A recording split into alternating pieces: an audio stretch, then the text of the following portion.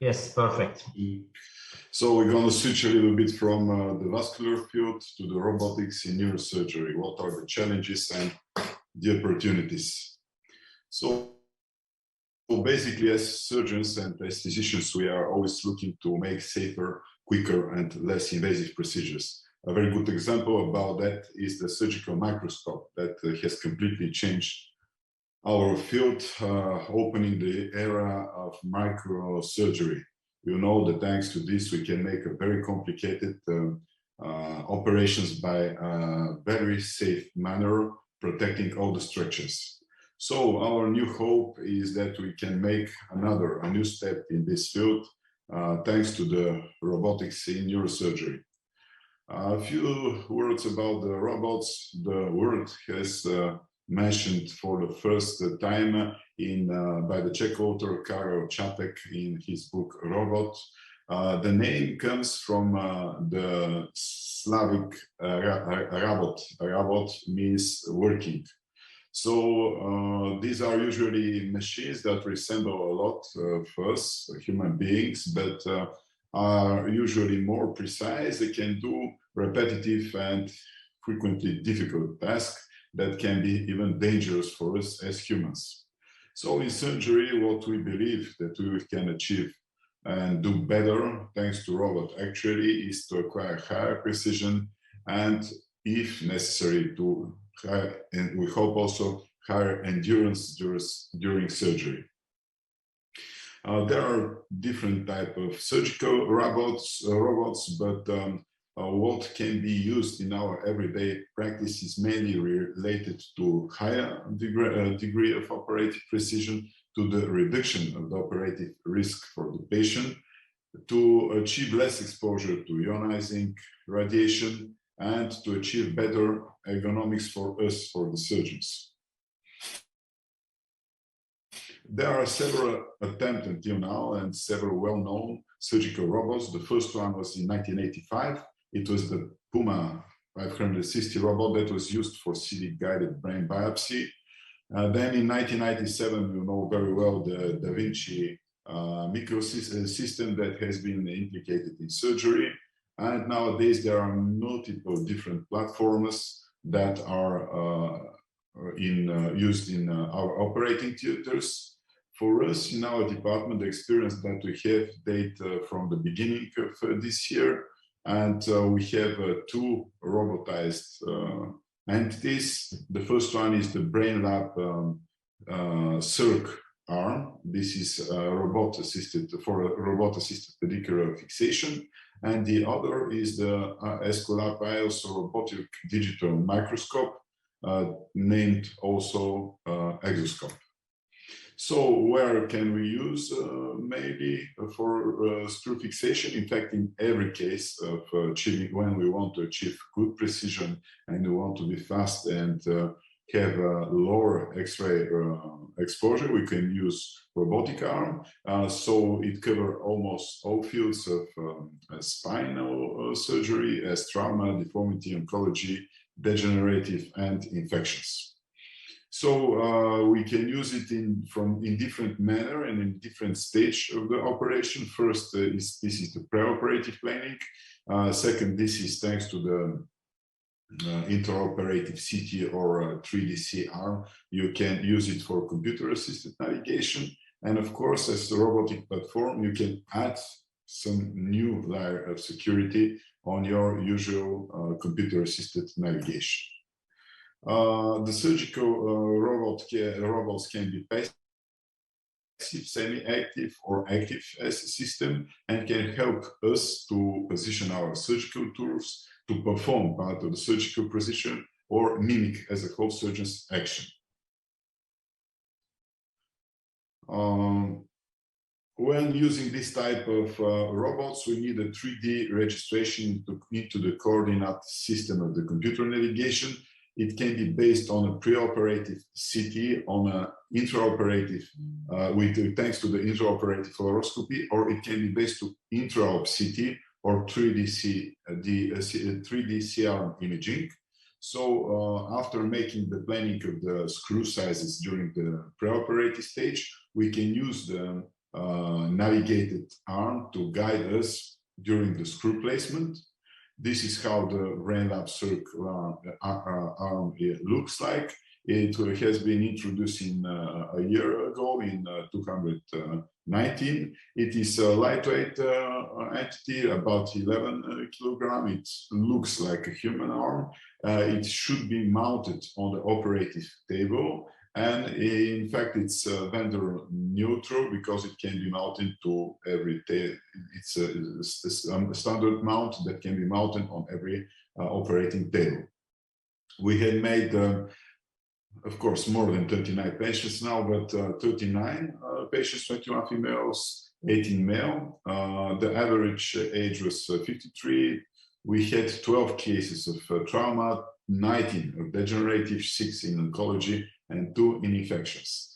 These are the stages of the operation. First, this is we use a usual prone position, but we need a radiolucent operative arm as in every surgical, spine surgical intervention. We have to position mount the circ module to the operating table rail, and then we have to start the operation and put the reference array fixation to the operative field.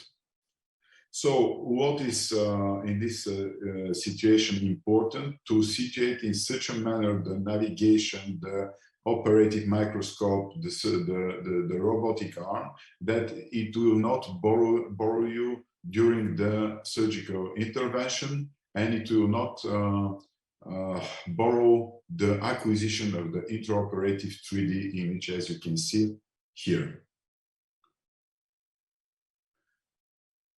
So after the skin incisions can be planned with the neuronavigation when performing transpedicular minimally invasive. You know that we don't make midline incisions, but we go directly on the target, directly on the entry point of the pedicle. So we look with the navigation to find exactly where the pedicle is situated, and then in that manner we plan the skin incision. Next step will be opening. We usually use a small paramedian parallel incisions, and then this arm, this robotic arm, will help us to find the perfect trajectory. And once we find the perfect trajectory, we can block the arm in this position, and then we will continue our intervention in a standard for the minimally invasive technique manner. This means we're going to put a K-wire, and all our cannulated instruments will be used after that to put the screw in place. So the steps are standard. We drill, we put the K-wire, and then we remove the operating, the circ robotic arm. As you can see on the right, in fact, we use this tool just to find the perfect trajectory and to block our trajectory in this position. So we put 181 screws in this manner, and we from mainly in the lumbar spine, from the TH10 to S1. We used minimally invasive technique in 21 cases and open technique in the remaining cases. The mean time per screw in open and MIS technique was less than 5 minutes. Here, as you can see, 265 seconds. So this is less than 5 minutes per screw. We used to check our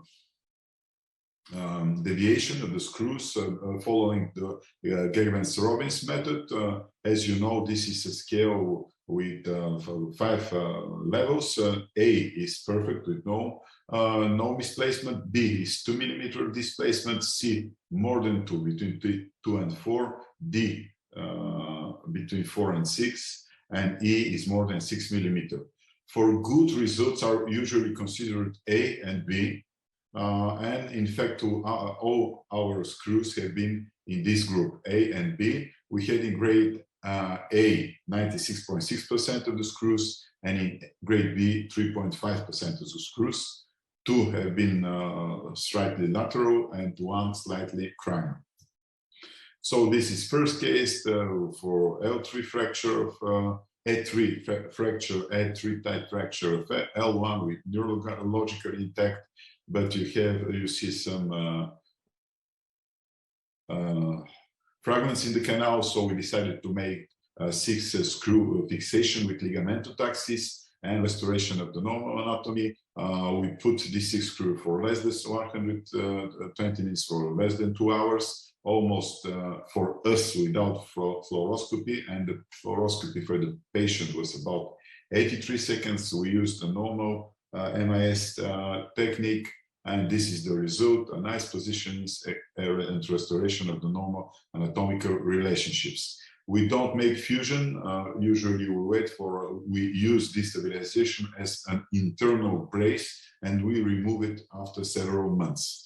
Case 2, a BIS patient with L2 radicular pain and listhesis and disc herniation. Standard surgical technique, about 2 hours operating time, again almost 0 X-ray exposure for the team, and about 86 seconds of fluoroscopy time for the patient. This is the result: a nice correlation between the intraoperative navigation picture and the postoperative picture of the control CT. So surgical spinal robots has several distinct advantages that can be immediately recognized. First, this is the very correct, a high percentage of correctly placed screws, less radiation exposure, allow for less invasive technique, enable complex procedures with X-ray, less X-ray exposures, and also change the learning curve. With this type of technology, even someone that is in the beginning of his career can put screws in a very correct manner, and so we can steepen quite fast the learning curve. The operative microscope, robotic digital microscope, or also known as exoscope, is the other tool that I want to present briefly. This is a high magnification camera, and that is attached to a 6-axis robotic arm for flexible setup. And we look our operation on a 3D surgical screen. We operated 41 patients for this period: 22 females, 18 male, 16 cranial, 25 surgical procedures. And we wanted to assess in the first 20 operations how difficult is for a neurosurgeon that is used to the operating microscope to change his workflow habit and workload habit and to switch to this new technology. So there are different substantial advantages in the exoscopes, more detailed than in that view, better brightness, we can lock on target, and the exoscope can turn around this target with a joystick. So there are different other advantages that I don't want to go in depth, but one of the most important for me as surgeon is that you work in much more comfortable position. So this is the ergonomic. So this is the usual position in cranial. You may use 1 or 2 different screens, 3D screens. As you can see, the magnification is impressive, and the quality of the image also. The brightness at this magnification is also very good.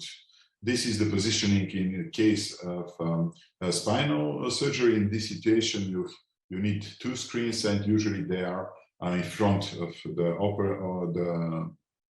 operating surgeon and in front of his assistants. So what we found is that you need about 20 procedures to switch from microscope to this exoscope. It is much faster for spinal surgery because but the main advantages are in cranial surgery, I think, because with the positionability to lock on the target and to turn around it with the joystick is absolutely impressive. So in conclusion, I can say that the introduction of surgical robotic technology offers a great promise for improving precision and capabilities of the surgical procedure. So we may expect less complication. This means better results for us. This means also more security for our patients has good results, and for us, by protecting us from X-rays and different excessive workload and poor ergonomic. And this is for me a very important point, the good ergonomic, thanks to the exoscope especially. Robotic technologies will have impact across the whole spectrum of neurosurgical subspecialties, but for the moment, especially the more automized robots are mainly in the field of spinal surgery. Robotic platforms impact workflow in the operating room, so we need some time to get used. But all I think is that robots are here and they are here to stay. Thank you for your attention.